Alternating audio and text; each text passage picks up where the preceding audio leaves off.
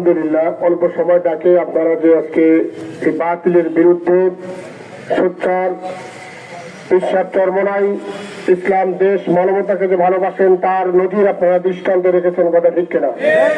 এভাবে অল্প সময়ের মাধ্যমে বিভিন্ন প্রোগ্রাম আমাদের সামনে থ্রো করা হবে। আমরা যে অবস্থায় থাকি না কেন, আমরা মুজাহিদ, আমরা সর্বোচ্চ আমাদের ত্যাগের কোরবানি আমাদের দেশের স্বার্থে ইসলামের স্বার্থে দিয়ে থাকি, ঠিক কিনা ভাইয়া? আজকে সোহাগ ভাই আমাদেরকে স্মরণ করে দিয়েছে। তিনি আজকে বলে গেছেন যে তোমরা ঘুমিয়ে থেকো না, তোমাদের পরে বর্বরতা আসতে পারে। আমরা বলতে চাই এই বাংলার জমিনে এক ফেসিডকে আমরা তাড়িয়েছি, আর বড় 90 ফেসিডের জন্ম এই বাংলার জমিনে হবে না। যদি কোনো ফেসিড মাথা চাড়া দিয়ে উঠতে চায়, 5ই আগস্ট তাদের স্মরণ রাখতে হবে। আমাদের এই বাংলার প্রত্যেকটা মায়ের সন্তান তারা কিন্তু রাজপথে নেমে এসেছিল এই ফেসিডদের এই বাংলাদেশ থেকে তাড়ানোর জন্য। তোমরাও হুঁশিয়ার হয়ে যাও, তোমরা যদি সাবধান না হও তোমাদেরকে এই বাংলাদেশ থেকে উৎখাত করা হবে।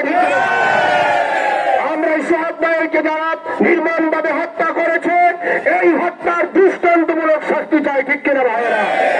এখান থেকে সাংবাদিক বন্ধুদের মাধ্যমে আমরা বলতে চাই, সম্মানিত প্রধান উপদেষ্টা, আপনি এগুলি এখনো নিয়ন্ত্রণ করেন প্রশাসনের মাধ্যমে, এদের আপনি লাগাম টেনে ধরুন, আমরা আপনার বিরুদ্ধে বাধ্য হবো, ঠিক কিনা ভাইয়েরা?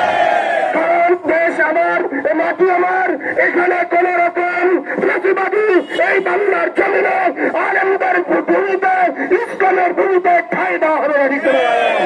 বিশ্বাস চরমনাই যেভাবে আমাদেরকে ডাক দিবেন আমরা সোচ্চার আছি, আমরা সকলেই প্রস্তুত আছি। যখন যেভাবে ডাক আসবে আমরা ময়দানে ঝাঁপিয়ে পড়ার জন্য কোন কোন ভাই প্রস্তুত?